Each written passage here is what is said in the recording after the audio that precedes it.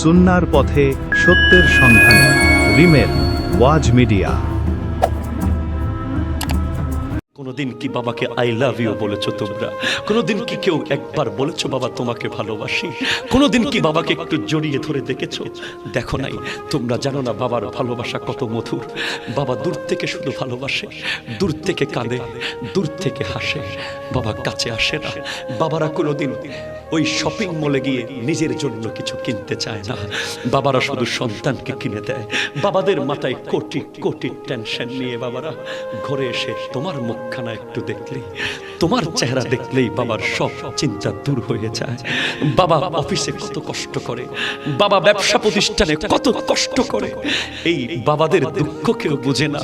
মাকে আমরা জড়িয়ে ধরি, মায়ের কাছে থাকি, মা সব বোঝায়, সন্তান মাকে বোঝায়, মা সন্তানকে বোঝায়। কিন্তু বাপ বেচারা ওই দাদার কবরের পারে গিয়ে কাঁদে, দাদির কবরের পারে গিয়ে কাঁদে। মারে তোমরা চলে গেলে আজ আমি বড় অসহায় হয়ে গেলাম। খবরদার ভাই, বাবার চেহারার দিকে তাকাবেন, আমার আল্লাহ হজের সওয়াব দেবে আপনাকে। খবরদার ভাই, বাবার মনে কষ্ট দেবেন না। আল্লাহর ওয়াস্তে বাবার দিকে তেরে যাবেন না, বাবার সাথে রেগে যাবেন না। বাবা যদি ভুল কথাও বলে মাথা পেতে নেবেন। বাবা যদি আপনাকে ঘর থেকে বের করে দেয়, আমার নবী বলতে লাগলেন, ওয়ালা তুআক্কান্না ওয়ালিদাইকা ওয়া ইন আমারাকা আন তাখরুজা মিন আহলিকা ওয়া মালিকা। তোমার বাপ যদি তোমাকে সম্পদ থেকে বের করে দেয়, তোমার বাপ যদি তোমাকে ত্যায্য পুত্র করে দেয়, তুমি মুস্কি হেসে বলবে, আব্বা আমি ঘর থেকে চলে গেলে যদি তুমি খুশি হয়ে যাও, আমি খুশি। ঠিক কিনা কথা বলেন? আমি সম্পদ আমার লাগবে না বাবা, কিচ্ছু আমার লাগবে না, শুধু তোমার সেই দোয়ার হাতটা আমার মাথার উপরে দিয়ে দাও। বিশ্বাস করেন, আমি আপনাকে গ্যারান্টি দিয়ে বলছি, বাবার কাছে টাকা থাকলেও, বাবা ব্যবসায়ী হোক, বাবা কোটি টাকার মালিক হোক, তারপরেও চাকরি থেকে যখন আপনি বেতন পান, আপনি 100টা টাকা বাবার হাতে দিয়েন, 500টা টাকা বাবার হাতে দিয়েন। বাপ বলবে না না লাগবে না, আপনি বলবেন তুমি নদীতে ফেলে দাও। ঠিক কিনা কথা বলেন না?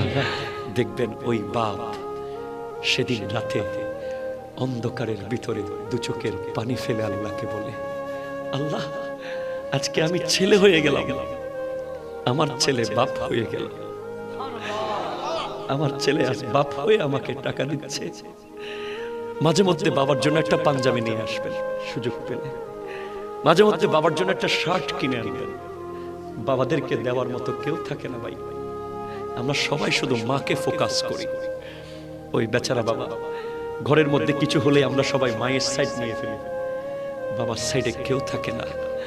কিন্তু ওই বেচারার মাথার উপরে বিশাল একটা সংসার, এই সংসার বোঝা মাথায় নিয়ে 50 বছর 60 বছর নিজের হার্টে ব্লক হয়ে গেছে, সন্তানের মুখে হাসি ফুটিয়েছে। নিজের প্রেসার হাই হয়ে গেছে, সন্তানের মুখে হাসি ফুটিয়েছে।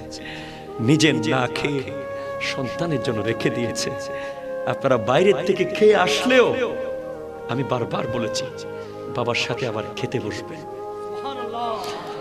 বাইরের থেকে খেয়ে এসে আমি বাইরে থেকে খেয়ে আসছি, খাবো না, এই কথা বলবেন না। বাবার পাশে বসে যাবেন, বাবাকে নিয়ে দেবেন খাবার। বাবার পাত থেকে আপনি একটু খাবেন, আপনার পাত থেকে বাবা খাবে। মনে রাখবেন, এই পৃথিবীর শ্রেষ্ঠ বন্ধু হলো বাবা। ঠিক কিনা বলেন না? বাবার জন্য সুযোগ পেলেই কিছু না কিছু নিয়ে আসবেন। আমি ফেসবুকে একটা ভিডিও দেখেছি, এক ছেলে তার বাবাকে আইফোন 13 গিফট করেছে। ওই বাবা কোনোদিন বোধহয় 3000 টাকার বা 1000 টাকার বেশি দামি মোবাইল কিনে নাই, সাহস করে নাই। টাকা থাকার পরেও, কারণ বাবারা যখন একটা দামি মোবাইল কিনতে যায় তখন হিসাব করে, আচ্ছা আমি যদি এখানে 1 লাখ টাকা খরচ করে ফেলি, তাহলে আমার মেয়ের পরীক্ষার মেডিকেলের টাকাটা দিতে পারবো না, আমার ছেলের ব্যবসার ওদিকে টাকাটা দিতে পারবো না, আমার সংসারের এই বাজারটা বোধহয় হবে না, থাক থাক আমার লাগবে না, আমার লাগবে না, আমার লাগবে না। ঠিক কিনা বলেন না? কোনো মতে কাপড়টা ছিঁড়ে গেলে আবার তালি দিয়ে পরে, জুতাগুলো ছিঁড়ে গেলে আবার সেলাই করে পরে। যেদিন বাবা হবেন সেদিন বুঝবেন ভাই, বাবা বড় একা, বাবারা বড় একা, বাবারা বড় একা। আল্লাহর ওয়াস্তে বাবাকে মহব্বত করার দরকার আছে না? আছে না নাই? কথা বলেন না ভাই।